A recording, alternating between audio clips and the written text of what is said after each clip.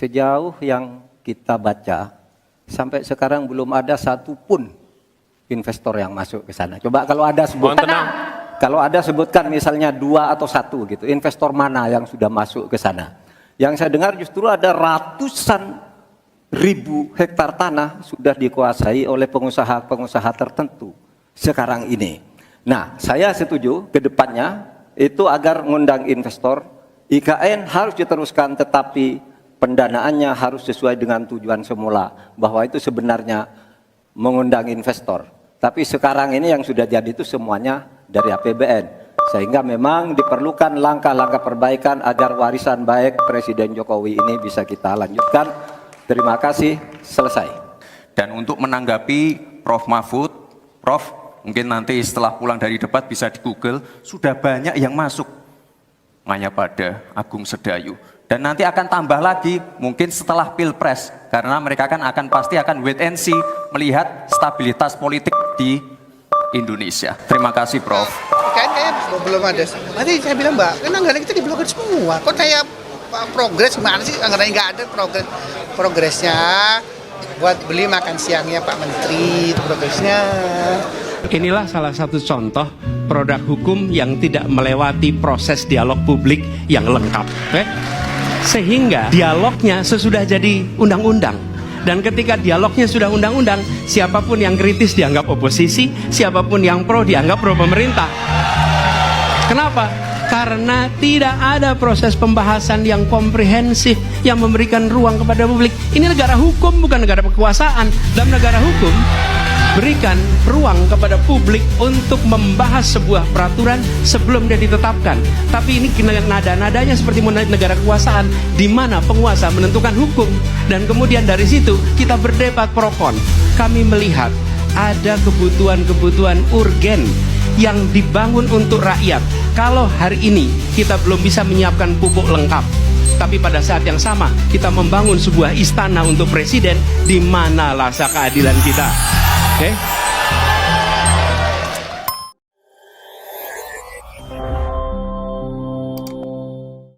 Kan megaproyek tersebut akan berakhir mangkrak. Bukan hanya perihal pergantian di saat kami mengkritik masalah IKN dulu, buzzer-buzzer semua menyerang kami.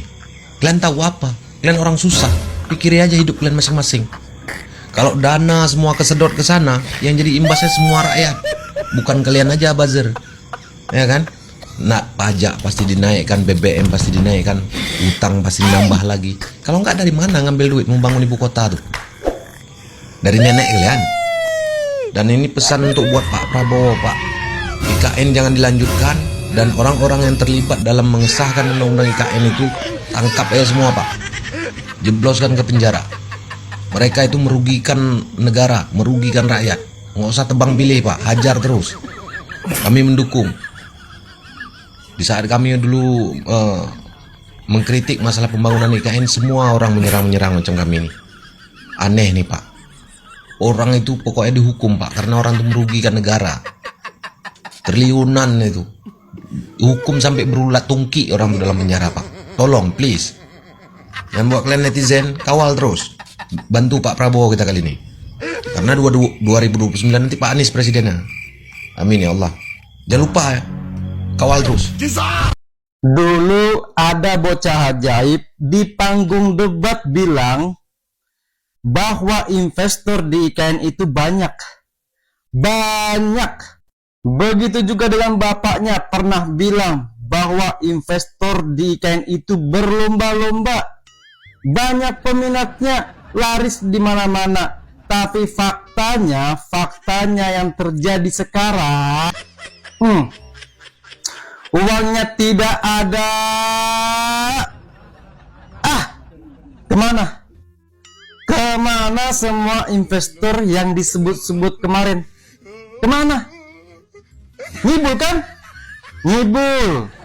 Masih tetap kalian percaya, masih tetap kalian dukung. Goblok. Kalau udah sering dikibulin kayak gini, itu artinya apa?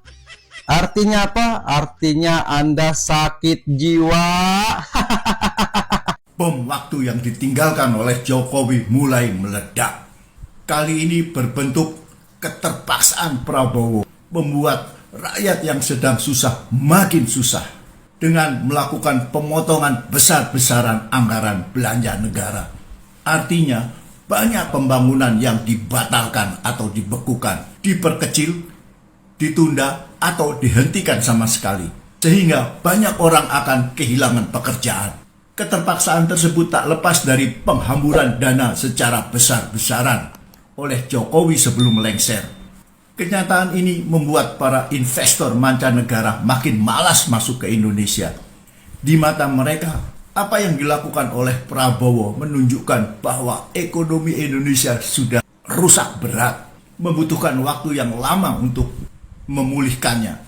Karena selama 10 tahun dikuasai oleh sebuah pemerintahan yang tidak becus mengurus negara, maka tak aneh apabila para raksasa teknologi digital dunia memilih para tetangga Indonesia sebagai tujuan mega investasi mereka. Oke, sekarang kita lihat sampai sejauh mana progresivitas dan agresivitas Prabowo untuk memulihkan perekonomian nasional. Ibu Sri Mulyani, Menteri Keuangan, ini dikabarkan memblokir anggaran untuk IKN nih. Ya bener, ini kata Pak Menteri Pekerjaan Umum ya, Pak Dodi Hanggoro. Nah, bahwasannya untuk IKN ini belum ada progres lagi. Mengapa? Karena anggarannya ya di stop sama Bu Sri Mulyani ya, melainkan anggaran itu kata CNN itu dialokasikan pada program makan bergizi gratis dari programnya Pak Prabowo itu, teman-teman.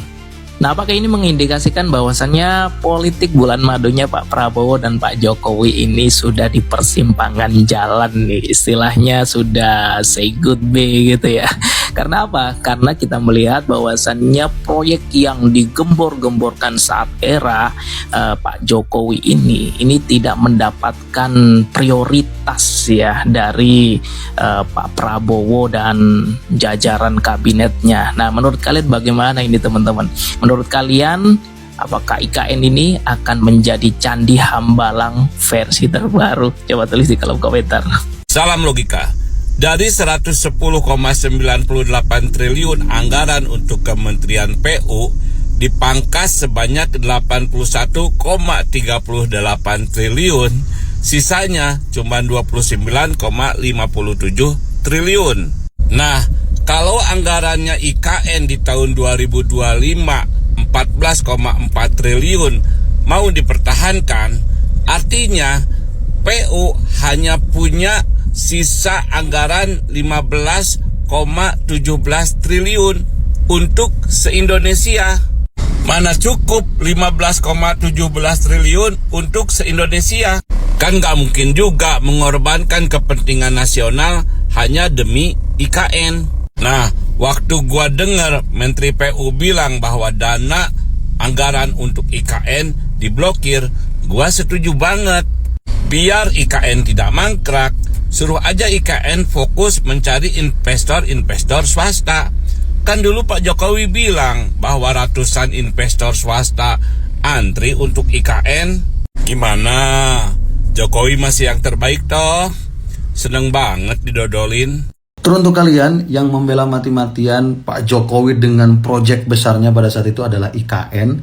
Nih, ini salah satu bukti bahwa IKN itu tidak matang secara perencanaan, tidak matang secara konsep, tidak matang secara apapun itu yang kaitannya dengan pendanaan. Berapa banyak sekarang vendor-vendor yang merugi, yang belum dibayar oleh negara, ya. Ini menunjukkan bahwa memang ini proyek yang hanya sebatas untuk menyenangkan pejabat pada saat itu, terutama Pak Jokowi. Ya, saya sih akan pro ketika IKN itu memang betul-betul direalisasikan sesuai janji, tidak pakai uang APBN, kemudian memang mengundang investor. Sampai saat ini nol. Ya, berapa banyak uang rakyat yang kemudian sudah digelontorkan di sana? Itu hanya untuk bancakan kue-kue, untuk korupsi. Coba diusut tuntas. Ya. Dan ini menunjukkan bahwa memang segala sesuatu harus direncanakan dengan matang, termasuk keuangan negara. IKN terancam mangkrak, guys. Anggarannya dihentikan, guys. Waduh, ini bakalan akan menjadi hambalang kedua, guys. Ya, ini berat sekali karena pembiayaannya untuk IKN anggarannya cukup besar guys. Kemungkinan ya pemerintah itu memutuskan untuk tidak membiayai sementara atau selamanya ke proyek IKN karena memang sangat-sangat boros guys. Mungkin juga kita lebih prioritas kepada proyek-proyek yang lain ya Pak Prabowo ya, timnya Pak Prabowo ini. Ini kemungkinan ya akan ke depan ini akan menjadi bangunan yang tidak bertuan guys. Aduh, ini berat nih. Memang perencanaan IKN sejak awal sudah bermasalah. Banyak sekali yang protes, banyak sekali yang menolak karena memang proyeknya ini kan jangka panjang, sedangkan infrastrukturnya juga belum bisa disediakan ya di sana ya. Jadi hanya semacam rencana aja guys. Nah, ini buktinya dari pernyataan Pak Menteri bahwa IKN rekeningnya pada ditutup. Artinya pembiayaan untuk proyek-proyek di IKN itu sudah terhenti ya, atau ditunda oleh pemerintah. Ini beban berat kepada Pak Mulyono ya, karena memang rencananya itu di masanya Pak Mulyono dengan berapi-api dan bersemangat untuk mengembangkan ibu kota baru di Kalimantan yang dinamakan IKN. Tapi realisasinya guys, sulit guys ini ke depan guys. Ya saya sendiri sayang banget ya, duit banyak itu diinvestasikan ke IKN, tapi hasilnya tidak memenuhi harapan guys ya. Coba itu kalau investasi atau duitnya yang dulu itu kita alihkan kepada proyek-proyek strategis yang lain, mungkin akan lebih baik guys. Mungkin buat pertanian, buat masyarakat, buat rakyat yang di bawah, mungkin buat makan gratis zaman dulu guys. Wah, itu bisa lebih bermanfaat guys. Ini karena terlalu ego ya guys ya. Ya, mungkin harus dipertimbangkan kembali guys itu IKN ya ke depannya. Apakah harus lanjut atau stop guys? Di Jogja lagi banyak tulisan Adili Jokowi di mana-mana. Ada di tembok-tembok, di jalan-jalan. Kemarin aku juga lihat di beberapa halte juga ada. Terus aku browsing, ternyata di kota-kota lain itu juga ada. Kayak di Medan, di Jakarta. Nah, penasaran kan? Aku browsing lagi. Emang bisa ya mantan presiden itu diadili? Nah, ternyata dalam sejarahnya Indonesia itu juga pernah mengadili mantan presiden, yaitu Soeharto. Dia diadili karena kasus korupsi. Nah, kalau Jokowi ini kira-kira bakal diadili masalah apa ya? Jokowi bikin rakyat kecewa. Ternyata pemerintahannya bobrok. Guys, akhir-akhir ini banyak banget coretan dinding yang isinya adili Jokowi. Otomatis banyak banget yang mikir kalau rakyat ini kayaknya bener-bener kecewa sama pemerintahannya Jokowi yang ternyata bobrok. Bagi Deddy Kurniasha dari Indonesia Political Opinion, coretan dinding di Jakarta ini bentuk ekspresi kekecewaan rakyat guys. Apalagi, kemarin Jokowi juga masuk nominasi tokoh terkorup. Selain itu, banyak dugaan juga Jokowi bikin kecurangan di Pilpres 2024 kemarin. Akhir-akhir ini juga ramai kasus pagar laut yang ternyata baru ketahuan setelah Jokowi lengser. Kan rakyat jadi mikir, selama ini kok kayak baik-baik aja, ternyata banyak bobroknya. Menurut kalian gimana guys pengalaman di pemerintahan Jokowi kemarin? Banyak baiknya atau buruknya? Mural Adili Jokowi menyebar dari Medan, Jakarta hingga Solo. Apakah ini vandalisme atau keresahan rakyat? Di berbagai kota, tulisan Adili Jokowi terus bermunculan. Pengamat menilai ini bukan sekadar vandalisme. Ada gelombang ketidakpuasan, terutama setelah Jokowi jadi finalis tokoh terkorup versi OCCRP. Ditambah dugaan kasus korupsi Proyek PIK 2 yang kini tengah dipelototi KPK. Ini sinyal kuat bahwa rakyat ingin pertanggungjawaban. Satu hal yang pasti, coretan ini telah membuka diskusi besar. Apakah Jokowi benar-benar harus diadili?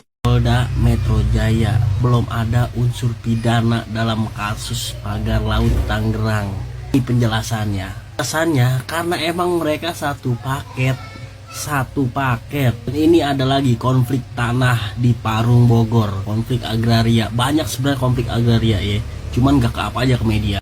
Di konflik tanah Parung Bogor ini ada PT namanya PT Kauripan yang mengklaim punya sertifikat dan surat-surat lengkap. Tapi ketika ditanya oleh masyarakat setempat nggak pernah ada kejelasan. Yang ada malah penurunan alat berat, penurunan aparat untuk menggusur masyarakat yang sedang mencari makan di lahan tersebut. Udah pasti begitu. Ini ujung-ujungnya udah pasti nih, suap kepala daerah, nyewa preman, sama udah. Ya emang kayak gitu. Yang punya duit bakal selalu berkuasa di negara Konoha.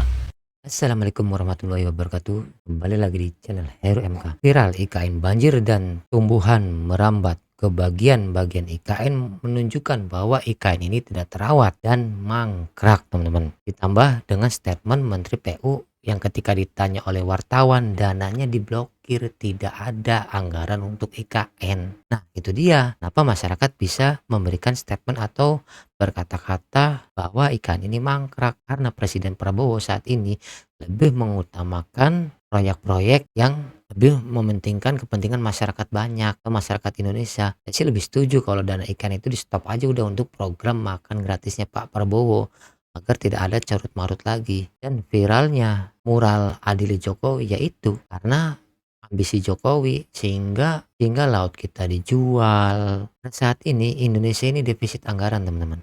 Gak ada uang. Jangankan untuk membangun IKN, untuk program makan gratis saja Pak Prabowo sampai bingung, sampai mau ngambil uang zakat, apalagi untuk membangun IKN. Ya, saya sih setuju kalau uang anggaran untuk IKN itu di stop aja udah. Biarkan mereka mencari investor-investor asing untuk membangun IKN. Karena janjinya Jokowi kan banyak investor tuh. Apalagi wakil Pak Prabowo, anak Jokowi, banyak investor yang akan invest di IKN.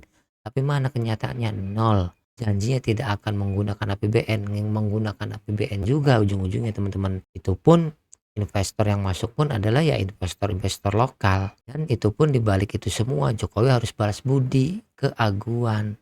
Ya, ini sedayu. Buktinya yang sekarang viral, pagar laut di Tangerang. Bukan cuma di Tangerang, banyak pagar-pagar laut di pesisir-pesisir pantai lainnya, teman-teman. Pantas masyarakat-masyarakat yang kritis semuanya berteriak adili Jokowi. Karena proyek-proyek di IKN ini hanya proyek bancakan untuk para koruptor saja, teman-teman. Ratusan triliun uang rakyat digelontorkan hanya untuk memperjuangkan ambisi Jokowi semata, teman-teman. Apa kalau uang itu digunakan untuk pembangunan sekolah, terutama di Papua tuh yang kemarin menolak makan bergizi gratis? Dia lebih setuju kalau anggarannya itu dimasukkan untuk biaya pendidikan. Bener, karena di sana itu sekolah-sekolah masih pakai kayu, masih lantainya masih lantai tanah. Itulah, teman-teman. Ini sekali sih, teman-teman. Emang semua carut-marut ini adanya di era Joko Widodo. Imbasnya ke presiden sekarang, Pak Prabowo. Gimana, teman-teman? Komentar dan pendapat kalian tuliskan di kolom komentar. Jangan lupa like, komen, dan subscribe. Nyalakan lonceng notifikasinya. Salam netral. Assalamualaikum.